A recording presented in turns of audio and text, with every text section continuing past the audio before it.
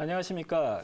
금요 스페셜 건강한 의사의 최순입니다. 안녕하세요. 치의학 박사 정혜미입니다.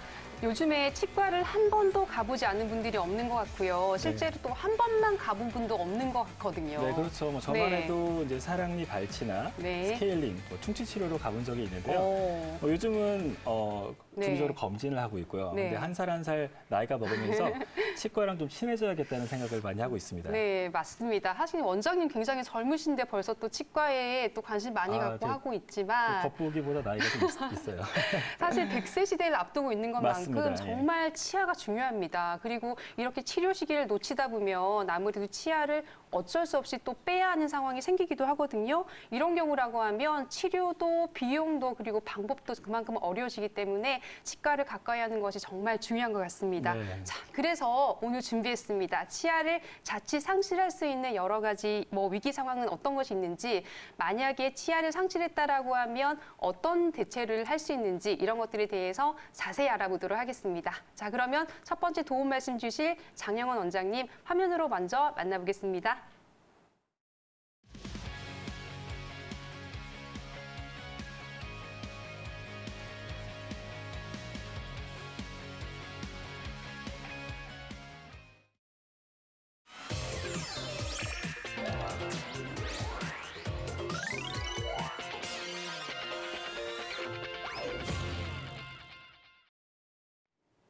네, 원장님 안녕하세요. 안녕하세요. 네, 원장님 나오셔가지고 지금 스튜디오가 되게 환해졌는데요. 미소가 정말 아름다우신 것 같아요. 원장님, 현대에는 어떤 이유로 치과에 내원하시는 분들이 많은지 궁금하거든요. 어떤 게 있을까요?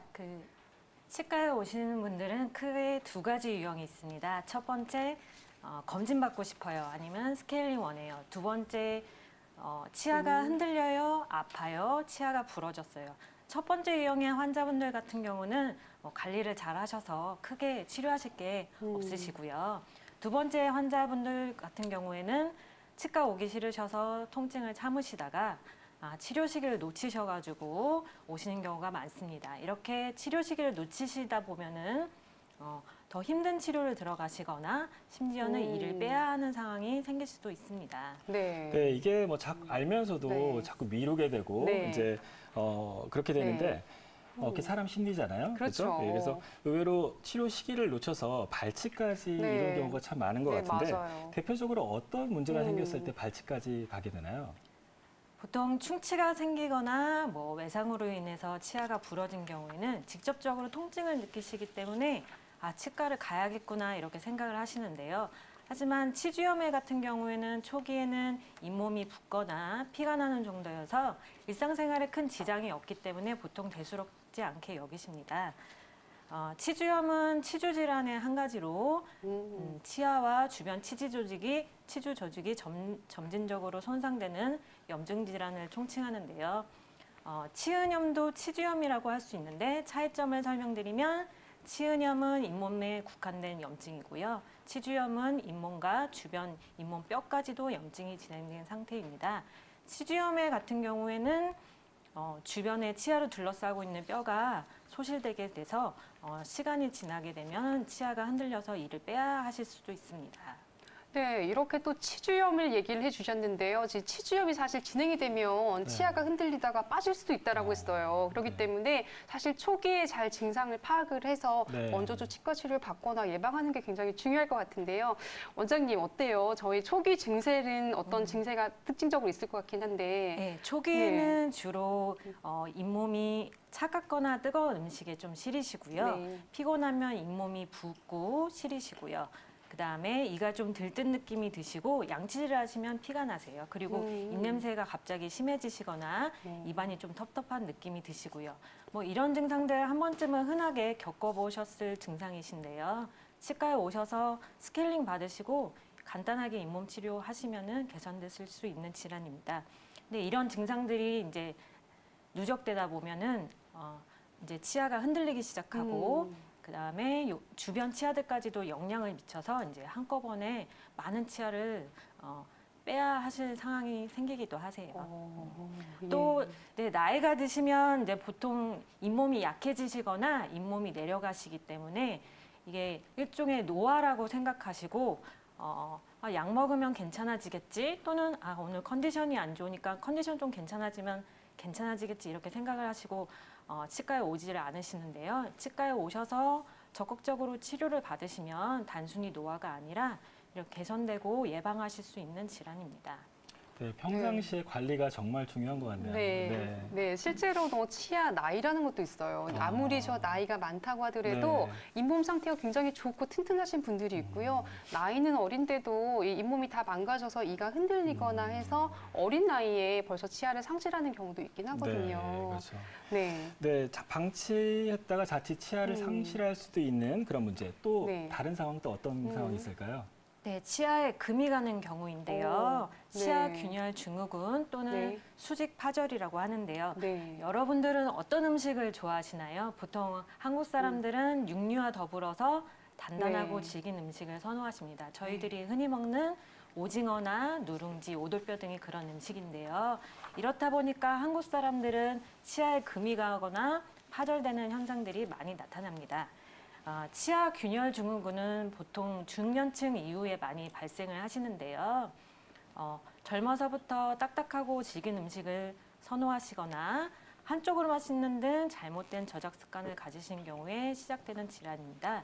처음에는 통증이 있다 없다를 반복하시다가 이제 참을 수 없을 정도의 통증을 느끼게 되시면 이제 그제서야 치과를 오시게 됩니다. 네, 이렇게 또 치아 증후군이, 균열 증후군이 의심이 되는 경우라고 하면 여러 가지 또 증세가 있을 것 같긴 해요. 뭐 이가 시리다든지. 왜냐하면 실제로 이게 치과에서 내원을 해서 뭐 이가 깨졌다는 걸 잘 모르는 경우도 있거든요. 그런데 의사분들도 사실 진단하기가 굉장히 까다로운 부분이기 때문에 원장님 어떻게 이렇게 증세를 구분할 수가 있을까요? 네, 보통 치아의 균열된 정도는 육안으로 잘 보이지가 않습니다. 그리고 방사선 사진성에서도 잘 나타나지가 않고요. 그래서 저희가 이제 치아 균열 증후군이라고 의심을 볼 수 있는 증상들로는요. 이가 시리거나 시큰하다 또는 씹을 때 찌릿하면서 아프다 등이 있는데요. 우선 환자분들이 증상을 명확하게 인지를 하시고 표현하시는 것부터 자체가 조금 어렵습니다. 그리고 다른 통증의 원인과 증상들이 매우 비슷하기 때문인데요. 보통 환자분들이 증상을 묘사하시면 시리다 또는 찌릿하다 아니면 씹을 때 시큰하면 욱신거리면서 아프다, 뭐 우리하다 뭐 이런 식으로 다양하게 표현하시는데요. 또 이런 경우에는 치주 질환이나 충치, 그다음에 치아 마모 등이 동반되는 경우가 많습니다. 이렇다 보니까 이렇게 의심 증상이 있으시더라도 치아 균열 증후군이다라고 말하기가 조금 어렵고요. 다른 원인들을 다 치료하고 난 후에도 계속 증상이 계속되시면 치아 균열 증후군일 가능성이 높다고 할 수 있습니다. 네, 이게 치아 균열 증후군이라는 게 쉽게 말해서 치아에 금이 간 거란 말이에요. 근데 이렇게 되면 보통 이를 빼야 되지 않을까라고 생각을 하는데 원장님 말씀을 들어보니까 또 살릴 수 있는 경우도 있는 것 같아요. 우선은 뭐 이렇게 어쩔 수 없이 발치를 해야 되는 경우도 있다고 하지만 원장님한테 또 우리가 살릴 수 있는 경우를 들으면 정말 좋을 것 같은데요. 원장님 어떤 경우가 살릴 수 있는 경우예요? 네, 치아 머리 부분만 깨졌다면은 깨진 부위를 깨끗하게 정리를 하고 레진이나 뭐 인리드로 수복할 수가 있고요. 깨진 정도가 좀 크다면은 크라운을 씌우셔야 됩니다. 왜냐하면 금이 뿌리까지 타고 갈 수 있기 때문이죠. 하지만 뭐 신경에까지 염증이 갔다면은 신경치료 또한 병행을 하셔야 합니다. 금이 간 치아는 얼마나 오래 쓰실지 저희가 수명을 예측하기가 어렵습니다. 물론 깨진 정도나 깨진 부위, 기간에 따라 어느 정도 예상을 해볼 수 있는데요. 환자분들의 교합의 특성, 그다음에 뭐 선호하는 음식, 그다음에 저작 습관 등에 따라서 그 결과는 매우 다르게 나타날 수 있습니다. 이렇게 시큰거리고 찌릿한 통증을 오랫동안 방치하게 되시면 금이 치아 뿌리를 타고선 계속 진행을 하게 되는데요. 이런 경우에는 이제 이를 빼셔야 하는 상황이 생기십니다. 이제 뿌리를 따라서 금이 수직으로 가게 되면요. 이 금이 간 공간을 따라서 주변에 치아 뼈가 녹게 됩니다. 그럼 이 녹은 공간에 염증 조직이 차게 되고요. 그다음에 잇몸이 붓기 시작하면서 잇몸에 고름 주머니가 생기기 시작하세요.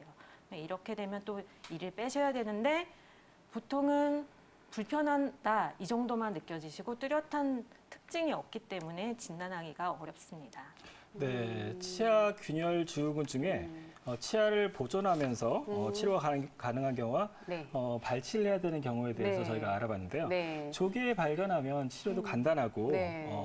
예후도 좋기 때문에 찌릿한 통증이 있다 그러면 빨리 치과에 가서 검진을 받아보시는 게 좋을 것 같습니다. 네, 맞습니다. 네, 발치를 할 수밖에 없는 상황, 또 다른 상황이 어떤 상황이 있을까요? 네, 실제로 뭐 이번에는 또 치과 대표 질환이긴 해요. 네. 저희가 한번 유추해 볼 수 있을 것 같은데 네. 대표 질환 어떤 게 있을까요? 네, 뭐 아무래도 뭐 충치 아닐까요? 네, 맞습니다. 이제 저희가 두 번째는 충치에 대한 이야기를 이제 나눠보긴 할 건데요. 네. 사실 살면서 누구나 한 번 정도는 충치를 경험할 수밖에 없다라는 그렇죠. 얘기가 있어요. 왜냐하면 충치로 여러 가지 단계가 있긴 하거든요. 하지만 이 중에서 충치 때문에 발치로 진행될 수 있는 상황이 있단 말이죠. 그래서 이런 경우에 이렇게 충치균이 치아에서도 꽤 깊게 자리 잡은 경우라고 생각할 수가 있겠죠? 네, 그 아까 말씀드린 치주염뿐만 아니라 충치도 치료 시기를 놓치시면은 잇몸뼈에까지 영향을 미쳐서 발치를 하실 수가 있습니다.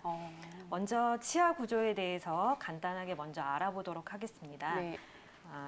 치아를 보호해주는 가장 단단한 범랑질, 그리고 조금 덜 단단한 외부 자극으로부터 완충해지는 상아질, 그리고 우리가 흔히 신경이라고 부르는 치수로 구성되어 있습니다.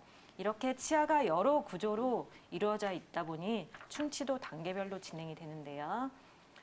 먼저 충치의 첫 번째 단계를 보시면 가장 바깥층에 선이나 실선 형태로 나타나는데요. 보통은 잘 모르시다가 치과에 검진을 오셨다가 또는 스케일링을 받으시다가 발견이 되곤 합니다.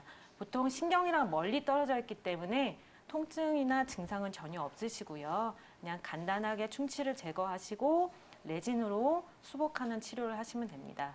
두 번째 단계는 상아질 요식으로 충치가 이제 상아질까지 진행이 됐는데요. 이때부터 자각 증상이 조금씩 나타나세요.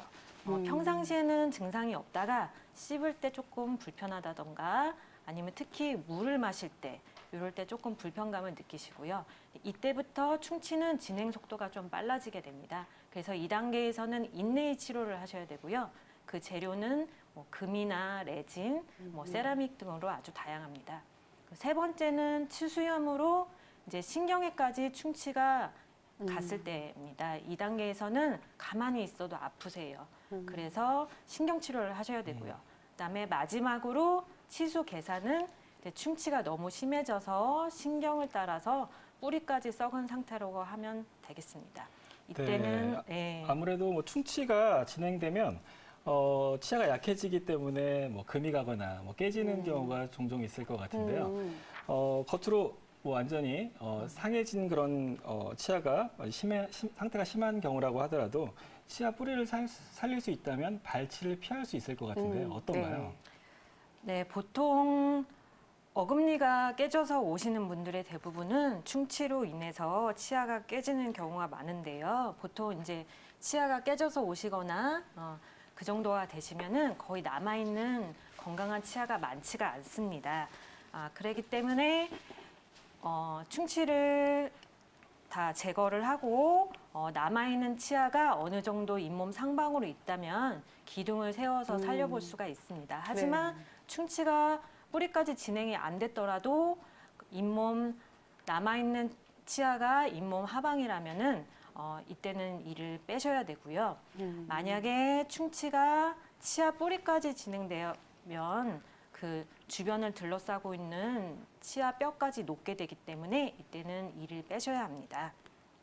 네, 그 치과 치료에 대해서 사람들이 이제 거부감 있고 공포심을 느끼는 때가 아무래도 이제 신경치료라는 말을 들으면 그럴 것 같은데 어떤가요? 환자분들한테 신경치료 해야 됩니다라고 하면 환자분들 반응이 어떤가요? 보통은 이제 신경치료라고 하면 아프고 무서운 치료라고 하셔서 이제 신경치료 하셔야 된다면 되게 겁을 많이 내십니다. 그 이유는 통증 때문인데요. 이제 뭐 신경치료를 하실 정도면 이미 염증이 어느 정도 진행된 상태이기 때문에 마취를 해도 통증이 잘 사라지지 않는 경우가 많고요. 신경치료하고 나시면 또 하루 이틀은 좀 일시적으로 통증이 있을 수가 있습니다. 그렇다 보니 이제 신경치료를 많이 두려워들 하시지요.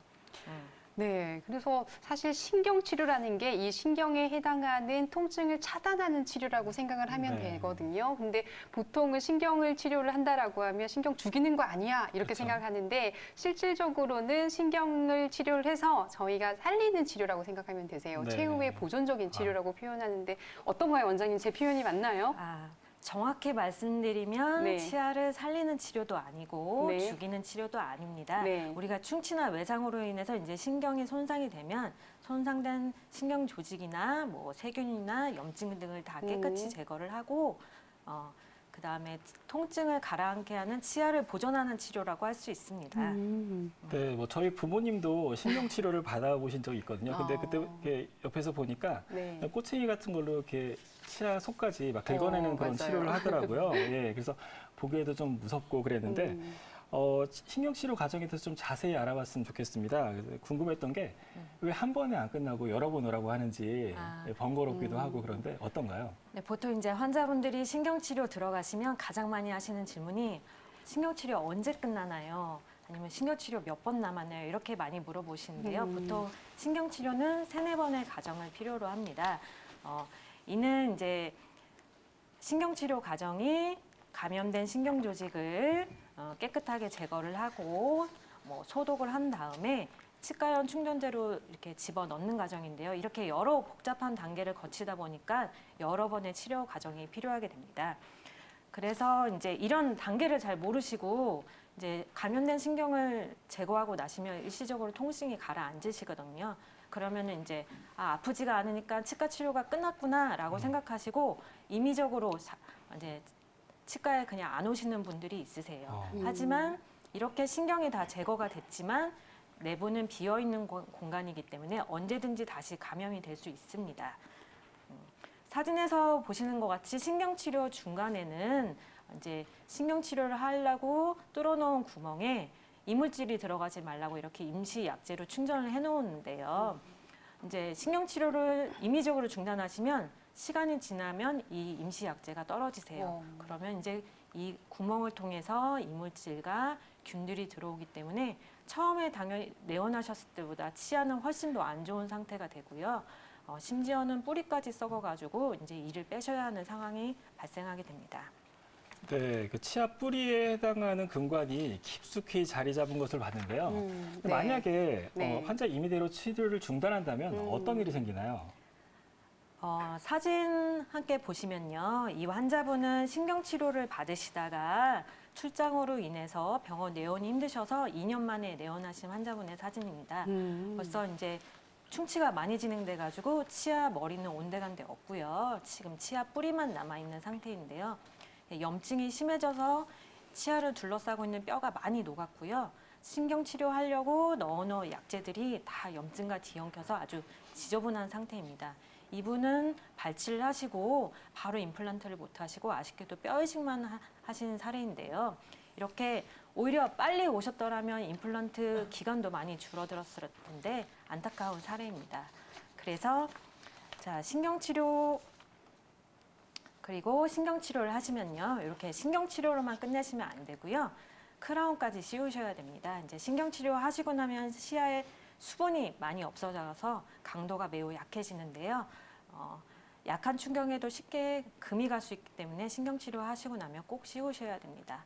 그래서 신경치료를 시작하셨으면 잘 치료를 받으셨으면 잘 끝나셨을 텐데 이렇게 중간에 임의로 병원에 안 오시게 되면 이렇게 이를 빼실 수 있는 상황까지 오기 때문에 한번 치료를 시작하시면 끝까지 잘 받으시는 것이 중요합니다.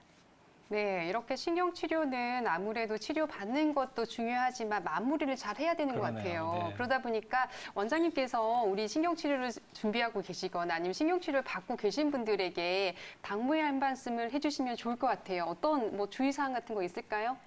신경치료하는 과정이 좀 아프고 많이 힘들지만요. 그 여러 번 오시기가 매우 귀찮은데 나중에 치아가 안 좋아질 거 생각하시고 미리미리 잘 약속 시간에 오셔가지고 치료를 잘 끝까지 받으시는 게 중요하다고 볼 수 있습니다. 네, 저희 금요 스페셜에서는 오늘은 치아를 상실하는 두 가지 원인 중에 하나인 치주염과 그리고 충치에 대해서 알아봤는데요. 네. 실제로 치과 치료가 시작하는 것도 중요하지만 마무리하는 것이 굉장히 중요하고 이것을 위해서는 반드시 치과의 정기적인 검진과 내원이 중요하다고 말씀을 해주셨네요. 네, 자, 저희는 잠시 광고 보고 돌아오도록 하겠습니다. 채널 고정. 네, 생방송으로 진행되고 있는 금요 스페셜 건강한 의사와 함께하고 있습니다. 자, 이번엔 생활 속 치아 관리와 치과 치료에 대한 이야기를 더욱 자세히 나눠볼 시간이죠. 김현정 원장님께서 전해주시는 치아 주치, 지금 바로 만나보시죠.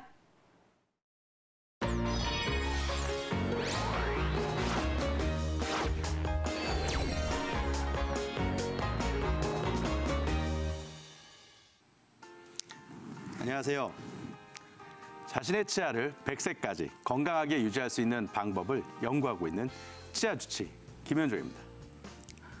오랫동안 한 치과에서 진료를 하다 보면 환자의 신변 변화를 직접 느끼게 되는 경우가 있습니다.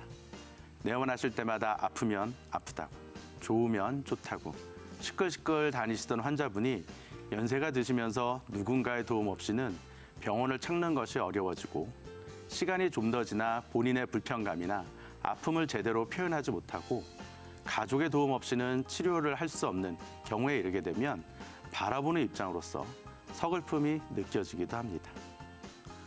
누구에게나 찾아오는 노화는 자연스러운 현상이지만 기억력이 현저히 떨어지는 원인 중 하나가 바로 치매라는 질병 때문인데요. 그래서 오늘은 여러분이 그동안 잘 모르고 있었던 치매와 구강 건강과의 관계에 대해 설명드리려고 합니다. 치매는 주로 기억력과 언어력이 저하되고 시간, 장소 등에 대한 인지 능력이 떨어지면서 정상적인 생활을 하지 못하는 것을 통칭합니다. 그중에서도 우리가 흔히 알츠하이머병이라고 부르는 치매가 통상적으로 50에서 60% 정도를 차지하며 나머지는 혈관성 치매가 차지합니다. 알츠하이머병 치매의 원인은 베타 아밀로이드 가설, 타우 가설, 미토콘드리아 이상설, 스트레스 가설, 염증 관련성 등 다양한 가설들이 존재하지만 여전히 정확한 발병 기전은 불명확하다고 알려져 있죠. 그런데 최근에는 이러한 치매가 구강 건강과 관련되어 있다는 연구들이 발표되면서 주목을 받고 있는 추세입니다. 세계치과의사협회 모임에서는 치주병에서 유래된 염증 인자들이 혈류를 통해 뇌에 전달되어 뇌 조직에 염증을 일으키면서 알츠하이머병 확률을 높이는 것으로 보고하고 있습니다. 또한 일본의 큐슈 대학의 논문에 따르면 치아가 하나에서 9개 남아있는 노인이 20개 있는 노인보다 혈관성 치매 발병률이 81%나 높은 것으로 보고하고 있죠. 이처럼 알츠하이머병이나 혈관성 치매 모두 구강 건강과 밀접하게 관련돼 있는 것으로 볼 수 있습니다. 저작 기능 역시 뇌 기능, 즉 치매와 연관 지을 수 있습니다. 저장력이 떨어지면 충분한 영양 섭취가 이루어지지 않아 뇌 기능 발달에 영향을 끼칠 뿐 아니라 저작 시 아래턱과 위턱을 골고루 잘 사용해야 근육과 신경이 발달하고 그로 인해 학습과 기억력을 담당하는 해마와 전두엽이 건강해질 수 있는데요. 결국 뇌 건강을 위해서라도 튼튼한 치아로 음식을 잘 씹어야 하고 또 염증이 생겼다면 즉각 제거해 주는 것이 중요하다고 할 수 있겠습니다. 치매를 예방하는 식습관도 알아볼까요? 마가린과 같은 나쁜 식물성 기름이 들어있는 음식보다는 좋은 지방이 들어있는 견과류, 아마씨를 비롯하여 자두, 건포도, 블루베리류, 시금치와 케일, 브로콜리와 같은 항산화 식품을 챙겨 드시는 것이 좋습니다. 그러나 구강 문제가 있으면 자주 섭취하기 어려운 음식들이기 때문에 근본적으로 구강 자체가 건강해져야 합니다. 그럼 구강이 건강해지면 치매 예방을 위한 어떤 생활 습관을 유지할 수가 있을까요? 첫째, 튼튼한 치아로 섬유질과 불포화 지방이 풍부한 음식을 마음껏 섭취할 수 있습니다.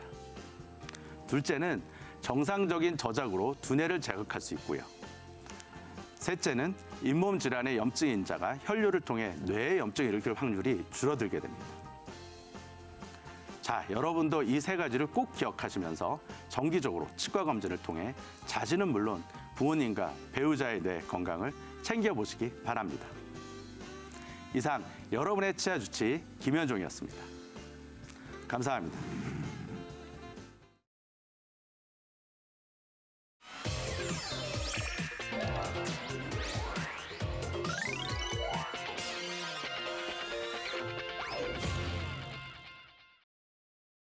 네, 오늘 치아 주치 시간에서는 정말 중요한 얘기를 한 것 같아요. 네, 저도 예전에 네. 뭐 의대 다닐 때 네. 구강 건강하고 심장 질환하고 네. 연관성에 대해서는 배웠지만 네. 치매에 대해서는 오늘 처음 알은 것 같습니다. 네, 이런 부분은 실제로 치과 의사들도 중요하게 생각을 하지만 내과 의사들이 그렇게 또 중요하다라고 요즘에 얘기를 많이 하세요. 그런 만큼 치과 질환 때문에 전신 질환에 영향이 있을 수 있다는 거 반드시 명심하시면 좋을 것 같습니다. 네, 맞습니다. 네, 저희는 다음 또 이야기로 계속해서 이어가 보도록 할까요?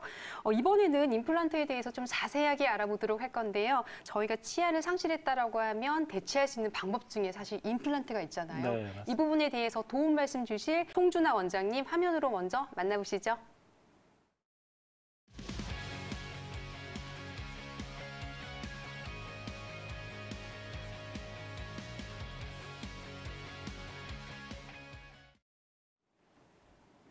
네, 원장님 자리에 나오셨네요. 안녕하세요. 네, 안녕하세요. 예. 네. 원장님, 저 앞서 치과 질환에 대해서, 치과 오는 이유에 대해서 많이 알아봤는데요. 적절히 치료를 해서 이렇게 잘 치료를 받으면 좋겠지만, 뭐 기간을 잃어버려서, 네. 시간을 잃어버려서 발치를 하게 되는 경우가 네, 있더라고요. 맞아요. 그래서 어떤 상황에서 치아를 잃어버리게 되는 경우가 많은가요? 네. 네, 그 치아를 상실하게 되는 원인은 여러 가지가 있는데요. 네. 보통은 연령에 따라 그 원인이 매우 다르게 나타납니다. 그렇기 때문에 적절한 치료 방법도 조금은 다른 경향을 띠게 되는데요. 먼저 젊은 분들의 경우는 교통사고 등의 외상 또는 심각한 충치로 인해서 한두 개의 치아를 상실하게 되는 경우가 매우 많고요. 연령대가 높아질수록 흔히 풍치, 잇몸 질환이라고 부르는 치주 질환으로 인해서 잇몸 상태가 악화되면 전반적으로 치아가 흔들리고 한 번에 다수의 치아를 상실하게 되는 경우가 매우 많이 발생하게 됩니다. 풍치가 다수의 치아가 이완돼서 문제가 된다는 점에서 보다 더 위험하다고 말씀드릴 수 있겠습니다. 네, 이렇게 된다라고 하면 어쩔 수 없이 또 치아를 상실한 경우가 있을 수 있는데 사실 치아를 상실하고 나서 그대로 방치할 수도 있지만 이거를 저희가 또 어떻게든 복구해 주는 게 중요할 것 같은데요. 이를 좀 대체해 주는 방법을 찾으면 좋을 것 같습니다. 맞습니다. 원장님, 어떻게 저희가 방법으로 대체를 해줄 수가 있을까요? 상실된 치아를 대체한 치료는 네. 우리 치과에서는 흔히 치과 보철 치료라고 부릅니다. 네. 치과 보철 치료에는 대표적으로 3가지 방법이 있는데요. 화면을 잠깐 같이 보시면요. 자, 제일 왼쪽에 보이는 임플란트라고 써 있는 뭐 많이들 들어보셨을 거예요. 치아 빠진 부위에 잇몸 뼈에 나사같이 생긴 임플란트를 심음으로써 이를 만들어내는 요즘 많이들 하고 계신 그런 방법이 있겠고요. 가운데에 보시는 화면 브릿지라고 써 있죠. 이가 빠진 상실된 부위 앞뒤의 치아를 삭제한 후에 한 덩어리의 브릿지로 만들어서 연결하는 방법이 있겠고요. 네. 마지막 3번째, 전부 또는 다수의 치아가 빠졌을 경우에 전체 틀니 또는 부분 틀니를 이용해서 치아를 만들어내는 경우가 있겠습니다. 이 3가지 방법 가운데 통상적으로 상실된 치아의 개수나 위치, 환자의 잇몸 상태 또는 잇몸 뼈 상태 등을 고려하여 치료 방법을 선택하게 되는데요. 그 외에 전신 건강 상태라든지 연령, 여러 가지 사안을 고려해서 환자와의 적절한 상의 후에 치료 방법을 결정하게 되겠습니다. 네, 그럼 이 3가지 치료법의 네. 구체적인 방법과 장단점에 대해서 설명해 주시겠습니까? 네, 화면을 또 같이 좀 보시면요. 먼저 임플란트 같은 경우는 치아 상실 부위에 잇몸 뼈에 임플란트, 즉 나사 같은 임플란트 매식체를 심어서 단독으로 치료를 진행하기 때문에 인접 치아에 손상이 전혀 없는 큰 장점이 있습니다. 지속적인 유지 관리가 뒷받침된다면 반영구적으로 사용할 수도 있기 때문에 요즘 매우 많이 선호가 되고 있고요. 실제 치아의 95% 정도의 역할을 한다고 생각을 하시면 되겠습니다. 네. 자, 두 번째는 브릿지라고 흔히 알고 계시는 보철 치료인데요. 이 치료는 상실된 치아 부위에 양쪽 치아를 삭제를 하고 3개의 치아 모양의 보철물을 한 덩어리로 제작을 하여 해당 부위에 접착제, 즉 우리가 본드라고 부르는 그런 물질로 고정을 하게 됩니다. 건강한 인접 치아를 삭제를 한다는 그런 좀 단점이 있어서 요즘 아무래도 임플란트라는 대체 치료로 인해서 아무래도 임플란트보다는 적게 시술이 되고 있습니다. 하지만 임플란트를 하지 못하는 경우라든지 뼈가 매우 안 좋아서 임플란트를 하기 좀 힘든 경우 또는 치료 기간을 좀 단축시키고 싶은 경우에는 요즘도 많이들 하고는 계십니다. 네. 마지막으로 다수의 치아를 상실한 경우 고려해 볼 수 있는 틀니입니다. 잇몸 연조직을 본을 떠서 보철을 제작하고 잇몸에서 대부분 씹는 힘을 받아내기 때문에 임플란트나 브릿지 같은 고정이 되는 그런 치료보다는 아무래도 환자분이 느끼는 기능적인 측면은 많이 좀 떨어질 수밖에 없고요. 실제 치아의 20% 정도밖에 역할을 발휘하지 못한다는 그런 내용이 있습니다. 네. 네, 아무래도 인접 치료, 네. 인접 치아에 손상 없이 네. 반영 구조로 사용할 수 있는 네. 임플란트가 장점이 네. 부각되고 있는데요. 네, 브릿지나 틀니보다는 임플란트를 많이 선호할 것 같습니다. 그죠? 근데 임플란트에 대해서 자세히 알아보고 싶은데요. 네. 자연치와 비교했을 때 임플란트의 구조는 어떤가요? 네, 사람도 머리, 몸통, 다리 이렇게 크게 세 부분으로 나눌 수가 있잖아요. 네, 맞아요. 임플란트도 똑같습니다. 자, 인공치근, 뼈에다 박는 부분을 우리가 다리라고 생각하시면 되겠고요. 중간 부분, 몸통, 지대주라고 부를 수 있겠습니다. 그 다음에 제일 위에 실제로 씹고 보이는 부분인 머리에 해당하는 크라운이라고 부르는 그런 세 개의 구조물로 연결이 되겠는데요. 일반 치아 같은 경우는 한 덩어리로 이루어져 있고요. 임플란트 이 세 개의 구조물이 서로 유기적으로 연결된다는 점에서 큰 차이가 있다고 생각하실 수 있습니다. 직접적으로 잇몸 뼈 속으로 식립이 되어 임플란트 전체를 튼튼하게 지탱해주는 큰 역할을 하는 게 바로 임플란트 뿌리 부분인데요. 자, 두 번째는 지대주고요. 몸통 부분이라고 생각하시면 되겠습니다. 잇몸 인공치근과 씹는 부분인 머리 부분인 크라운을 연결한 역할을 하게 되겠고요. 요즘에는 환자 잇몸 구조에 맞게 맞춤형 지대주로 제작이 되는 경우가 매우 많습니다. 맞춤형 지대주는 맞춤복이라고 생각하시면 되겠는데요. 임플란트의 수명을 늘려주는데 큰 역할을 하게 됩니다. 마지막으로 머리에 해당하는 크라운인데요. 치아에 해당하는 치아에 해당하는 부분으로 직접적으로 음식물을 씹는 또 보여지는 큰 역할을 하게 됩니다. 요즘에는 지르코니아라고 부르는 튼튼하고 예쁜 재료로 제작이 되어서 만족도가 나날이 좋아지고 있습니다. 네, 이게 송준하 원장님 말씀대로 실제로 임플란트 같은 경우에는 머리, 몸통 그리고 다리에 해당하는 이런 부분이 있다라고 네. 했거든요. 그렇다고 하면 사실 이 부분 중에서 좀 중요한 부분이 있을 것 같은데 보통은 임플란트 매식체에 해당하는 인공치근이 중요하다 생각할 것 같긴 한데요. 그런데 실제로 어떤가요? 어떤 부분이 좀 중요한 부분이 있지 않을까요? 사실 세 부분 다 중요한데요. 맞아요. 예전에는 뭐 인공치근, 뿌리 부분에 해당하는 게 가장 중요하다고 지금도 물론 중요하긴 한데 네. 저는 오늘 좀 약간 특이하게 뿌리 부분과 머리 부분을 연결해주는 중간 네. 기둥에 대해서 조금 더 설명드리고자 합니다. 예전에는 아무래도 상대적으로 중요도가 좀 떨어졌는데요. 여러 연구에 의해서 임플란트 탈락이나 주위 염증의 위험에 큰 연관성이 있다고 밝혀지고 있어서 중요도가 나날이 높아지고 있는데요. 자, 사진을 보시는 것처럼 예전에는 자, 사진의 왼쪽 부분이 이제 기존에 썼었던 네. 기성품을 사용을 했다고 생각하시면 되겠고요. 오른쪽은 약간 잇몸에 맞춰서 만드는 맞춤형 기둥을 생각하시면 되겠는데요. 예전에는 기성복처럼 특정 사이즈들을 대량으로 생산해서 공장형 기둥을 많이 사용을 했습니다. 근데 아무래도 개개인의 잇몸 형태와 조화를 이루기 어려워서 음식물도 많이 끼고 염증도 잘 유발하며 적합도가 떨어져 임플란트의 탈락을 유발하는 경우가 많았습니다. 이런 기성 지대주의 단점을 개선시킨 것이 오른쪽에 보이는 맞춤형 지대주인데요. 사진에서 보시다시피 개개인의 잇몸에 맞게 제작이 되어서 잇몸 적합도를 크게 개선시킨 것이 큰 장점입니다. 이로써 잇몸 염증도 줄일 수가 있고요. 임플란트의 수명도 크게 증가를 시켰습니다. 사이즈를 재서 옷을 맞추는 게 잘 맞는 것처럼 잇몸 상태에 맞게 제작 가능한 맞춤형 기둥이 점점 대세로 자리 잡고 있다고 생각하시면 되겠습니다. 네, 이렇게 임플란트 시술을 받고 나서 사실 잘 맞는 기둥을 세워서 오래 쓰는 게 정말 중요한 것 같습니다. 그러네요. 좋습니다. 네. 임플란트 구조가 자연 치아와 비슷하다는 네, 그런 네. 거를 확인했는데요. 그럼 임플란트 시술 과정은 어떤지 이어서 알아볼까요? 네. 네, 자료화면을 또 같이 좀 보시면요. 우선 정확한 진단이 우선이 되어야 되겠고요. CT 등 최첨단 영상 장비를 통해 정확한 임플란트 식내 위치를 진단을 해야 되겠습니다. 물론 장비도 중요하지만 술자의 숙련도가 매우 중요한 과정이라고 말씀드릴 수가 있겠고요.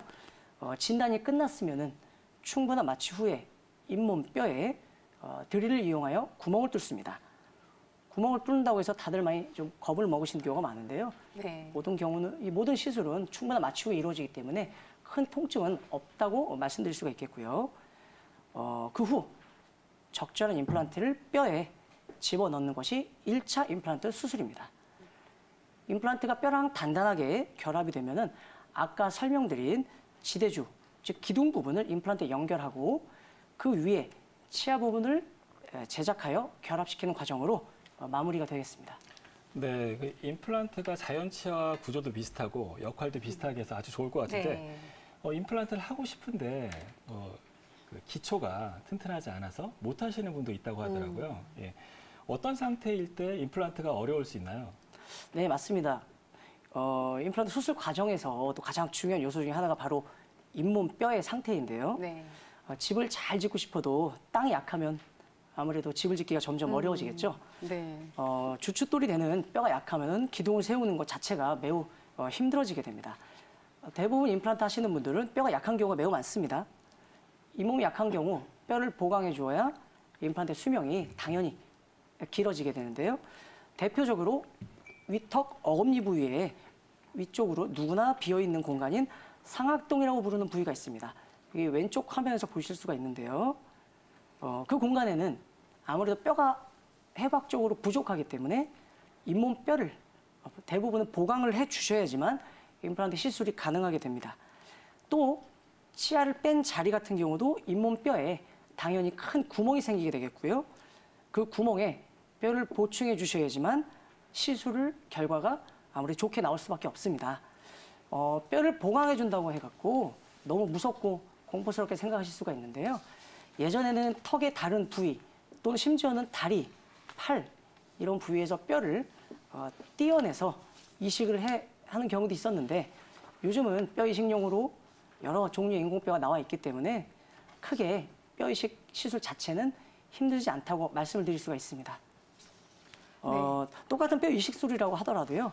개인의 잇몸뼈, 남아있는 잇몸뼈 상태와 뼈의 양, 잇몸뼈의 지름, 깊이 등에 따라서 적합한 뼈 이식술의 방법이 달라질 수 있으므로 숙련된 의료진과의 상담이 매우 중요하겠고요. 실제 임플란트 시술을 하는 환자분들 중에서 80% 정도는 뼈 이식술이 동반이 되기 때문에 뼈 이식술도 매우 중요한 과정이라고 생각을 하시면 되겠습니다.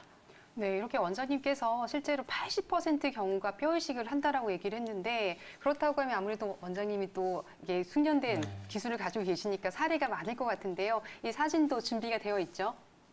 네. 화면을 잠깐 같이 보시면요. 네. 이 환자분은 한 5년 전에 시술하셨던 분인데요. 네.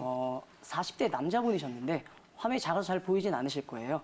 흡연을 많이 하셔서 그런지 좀 나이가 이른 나이에 어금니가 여러 개가 빠져서 오셨습니다. 위쪽, 양쪽 어금니 부위 위쪽에 상악동이라고 아까 말씀드린 뼈가 없는 부위에 뼈가 너무 부족하셔갖고 당장은 임플란트 시술을 하실 수가 없는 상황이셨고요. 그래서 화면에 빨간색 동그라미처럼 빨간색으로 이제 그린 부위를 자세히 보시면은 색깔이 하얗게 변해 있습니다. 그게 뼈 이식술을 진행한 사진이고요. 뼈 이식술을 통해서 부족한 뼈를 보충을 하셨고요. 네. 뼈 이식을 하게 되면은 이런 사진에서 하얗게 확인이 됩니다. 아래쪽 어금니 같은 경우도 뼈를 보강해주고 임플란트 시술을 하셨고요. 총 6개월에 걸쳐서 모든 시술을 완료한 사례입니다. 자, 다음은 또 다음 사진 한번 또 같이 보시겠습니다. 이분도 이제 50대 남자분이셨는데요. 하루에 담배를 2갑 정도 피셨고 당뇨까지 있으셨어요. 네. 흡연과 당뇨는 이를 빨리 빠지게 하는 주 원인 중에 하나입니다. 이분도 마찬가지로 위쪽은 아예 이가 없으셨고요. 아래도 양쪽 어금니가 빠진 상태로 내원을 하셨습니다. 금연을 꼭 약속을 하셨고요. 뼈 이식을 동반한 임플란트 시술을 시행을 하셨는데 마찬가지로 5개월 만에 마무리가 되셨습니다. 수술을 한 번에 다 원하셔서요. 위 임플란트 10개를 1시간 정도 시술을 하셨고요. 아래 임플란트도 50분 정도 걸려서 다 완료를 하신 그런 환자분이셨습니다. 네. 이렇게 그 뼈 이식도 하고 그래서 임플란트도 이제 심게 되는데 뭐 간단하게 말씀하셨지만 성공적으로 끝났습니다. 근데 후유증이 발생해서 재시술을 해야 되는 경우가 생기면 환자분도 많이 속상하고 또 시술하신 우리 원장님도 많이 속상하실 것 같은데 어떤 상황에서 이런 일들이 자주 생기나요? 자, 임플란트라는 방법은 뭐 현재 나온 치아 회복 방식 중에서 가장 좋은 선택은 분명합니다. 하지만 모든 시술이 100% 오래가면 참 좋은데요. 완벽한 치료는 존재하지 않죠. 임플란트도 환자분의 관리, 잇몸뼈 상태 등에 따라서 수명이 단축이 될 수 있습니다. 임플란트 시술 환자 중에서 실제 10% 정도의 비율에서 임플란트 주변에 뼈가 녹는 현상이 발생을 하고 있는데요. 심한 경우는 우리가 치아를 빼듯 임플란트를 통째로 제거하고 다시 임플란트를 심는 경우도 있습니다. 실제 환자분 사례를 한번 잠깐 보실게요. 자, 위 환자분 같은 경우는 임플란트 잘 사용을 하시다가 아래 빨간색 표시된 부분, 그 임플란트를 예전에 하셨던 부위인데요. 그 부위에 잇몸뼈가 녹아서 계속 고름이 나서 통증까지 결국엔 나타나셨고요. 결국에는 임플란트를 제거하고 바로 당일에 두꺼운 임플란트 염증을 제거 후에 뼈 이식도 추가적으로 더 진행을 하셨고요. 바로 두꺼운 임플란트로 교체를 하신 케이스가 되겠습니다. 임플란트에 큰 문제가 생겨도 물론 이제 문제가 생기지 않아야 되겠지만요. 문제가 생겨도 이렇게 재수술을 하시게 되면은 해결은 가능하나 시간 또 비용 또 아무래도 고생을 또 하셔야 되기 때문에 임플란트가 다 잘 되셨더라도 주기적으로 치과에 오셔서 꼭 검진을 잘 받으시는 것이 매우 중요하다고 말씀드릴 수 있겠습니다. 자, 다음 사례도 한번 같이 좀 보시겠습니다. 이분도 마찬가지입니다. 저기 빨간색 표시된 부위가 화면에서 예전에 한 10년 전에 임플란트를 하셨는데 10년 만에 뭔가 임플란트가 좀 아프다고 오셨어요. 근데 속에서 고름이 나오고 좀 문제가 생기셨더라고요. 그래서 당일에 이분도 바로 기존 임플란트를 제거 후에 새 임플란트를 교체를 하셔서 시술을 완료한 사진이 되겠습니다. 이분도 정기검진을 마침 또 잘 오셔서 발견이 되었는데 만일 정기검진을 오시지 않았다면 염증이 더 진행이 되셔서 재수술이 더 힘들어졌거나 또는 염증이 옆치아까지 퍼지게 되면 옆치아까지 빼는 그런 안 좋은 상황까지 되실 수 있던 그런 케이스였습니다. 네, 이러한 염증이 뭐 양치를 안 해서 그런 건가요? 아니면 뭐 담배 때문에 그런 건가요? 간단하게 말씀드리면요. 임플란트 주변에 생기는 염증은 일반 치아랑 똑같다고 생각하시면 되겠습니다. 대표적인 이유가 흡연 또는 당뇨 또는 유전, 그러니까 뭐 체질이라고도 하죠. 또는 양치질, 아무래도 양치질이 좀 부족했을 때. 또 가장 중요한 게 임플란트 완성됐다고 하셔갖고 치과에 안 오시는 분이 많습니다. 이렇게 아무래도 치과에 잘 안 오시면은 임플란트는 통증을 잘 못 느끼시기 때문에 안에서 염증이 생기더라도 잘 모르시는 경우가 많아요. 그래서 치과에 오셔서 정기적으로 사진도 잘 찍으시고 하셔야지만 이런 염증을 예방을 할 수가 있겠습니다. 네. 근데 이렇게 임플란트를 고민하고 있으시다가 자연 치아가 이제 뭐 불편하지 않으니까 상실해도 그냥 그대로 두시는 분들이 있어요. 이렇게 장시간 방치를 하게 되면 어떤 문제점이 생길 수가 있나요? 그렇습니다. 실제로 치아를 상실한 뒤에 이가 빠진 뒤에 오랫동안 치료를 않고 계시다가 병원에 내원하시는 분을 많이 만나게 되는데요. 치아가 빠진 뒤에 수개월이 지나게 되면은 아무래도 이가 빠진 부위에 인접한 치아들이 이동을 하게 됩니다. 예를 들면 이가 빠졌을 경우에 반대쪽 치아가 밑으로 내려온다든지 또는 거꾸로 위로 솟는다든지 양 옆에 있는 치아가 옆으로 쓰러진다든지 그런 현상이 발생하게 되겠고요. 또는 남은 치아들이 빠진 이의 일까지 해 주어야 되기 때문에 아무래도 수명이 많이 짧아지게 되겠습니다. 이렇게 화면에 보시면은 빨간색 표시된 부분이 이가 옆으로 쓰러진 화면이 되겠습니다. 이렇게 바람직하지 못한 치아 이동이 진행이 되면 해당 치아 상실 부위에 대한 임플란트 치료를 진행하더라도 가장 적합한 위치에 임플란트를 심는 게 어려워지기 때문에 임플란트 치아 부분의 크기나 모양이 비정상적으로 제작이 될 수밖에 없어서 치료 후에도 음식물이 잘 끼거나 하는 문제가 잘 생길 수가 있고요. 임플란트의 수명에도 매우 안 좋은 영향을 미치게 됩니다. 또한 굳이 하지 않았어도 될 옆으로 쓰러진 치아에 대한 치료까지 추가적으로 하셔야 되기 때문에 비용도 더 들게 되겠고요. 멀쩡한 이를 더 건드리셔야 돼서 아무래도 많이 안 좋게 되겠습니다. 오랜 시간 방치하지 않고 치료를 빨리빨리 받으시는 게 무엇보다 중요하다고 하겠습니다. 네. 네. 임플란트를 이제 시행하시는 분들이 많이 질문하시는 게 이 임플란트 오래 사용할 수 있냐 이제 네. 이런 질문일 것 같은데요. 얼마나 사용할 수 있다고 말씀하시나요? 임플란트 같은 경우는 사실 대부분 잘 물어보시는 게 이거 얼마나 쓸 수 있어요? 근데 사실 저희도 모릅니다. 그거는 뭐 그거 알면은 사실 솔직히 저도 모르고요. 무엇보다 환자분이 얼마나 잘 관리하시느냐 또는 남성분들 같은 경우는 담배를 절대적으로 끊어주시는 게 좋겠고요. 또는 유전. 근데 이거는 체질은 바꿀 수가 없잖아요. 뭐 부모님이 잇몸이 안 좋아서 저도 안 좋으신 것 같다 이런 경우도 많은데 이거는 뭐 체질은 바꿀 수가 없고요. 또는 가장 제가 강조하고 싶은 거는 다른 걸 떠나서 치과에 무조건 아까도 말씀드렸지만 자주 오셔서 임플란트가 끝났어도 발이 닳도록 저는 한 3개월 정도를 권해드립니다.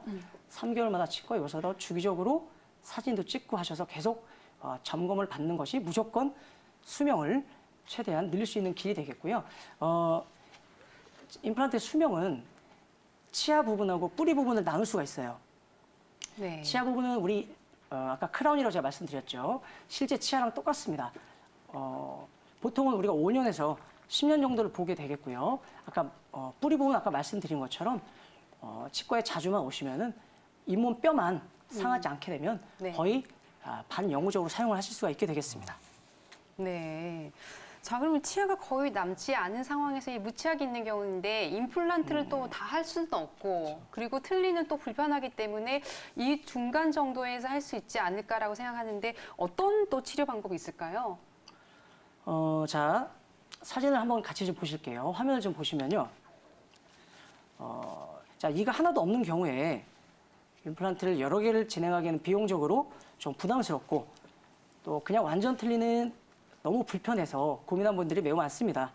이런 경우에 임플란트를 좌우 한두 개씩 심어서 틀니를 임플란트에 연결하면 움직이지 않는 단단한 고정력을 갖는 틀니가 되어 편하게 사용하실 수가 있는데요. 화면에서 보시는 것처럼 아래쪽에 임플란트를 아래쪽에 이제 4개를 심은 경우입니다. 위에 완전 틀니에다가 밑에 4개를 심은 임플란트를 서로 고정을 하게 되면은 아주 단단하게 만들 수가 있는데요. 실제 틀니 사례를 좀 같이 좀 보겠습니다. 아래쪽 부분 틀니를 사용하시던 여성분이었는데요. 이에 문제가 생겨서 이를 다 빼고 화면을 보시면 이가 하나도 없죠. 이를 다 뽑고 이가 하나도 없는 완전 틀니로 사용을 하셨습니다. 완전 틀니를 몇 달 쓰시더니 너무 불편하셔서 전체 임플란트는 비용 부담으로 선택하기가 좀 어려우셨고요. 차선책으로 임플란트 틀니를 선택을 하셨는데 아직 지금 한 2년 정도 사용하셨는데 매우 만족하시면서 잘 사용을 하고 계십니다. 네, 이렇게 저희는 임플란트에 대한 이야기를 나눠봤는데요. 네. 임플란트는 치료를 하는 것만큼 유지가 굉장히 중요하다고 맞습니다. 하셨고 그리고 임플란트와 틀니를 병행한 임플란트 틀니에 대해서도 말씀을 해주셨어요. 우리가 지금 건강한 의사에서는 여러 가지 이야기를 나눠보긴 했는데요. 오늘 준비한 소식은 바로 여기까지입니다. 저희는 다음 이 시간 더 알찬 건강 주제로 찾아뵙겠습니다. 시청해주신 여러분 고맙습니다.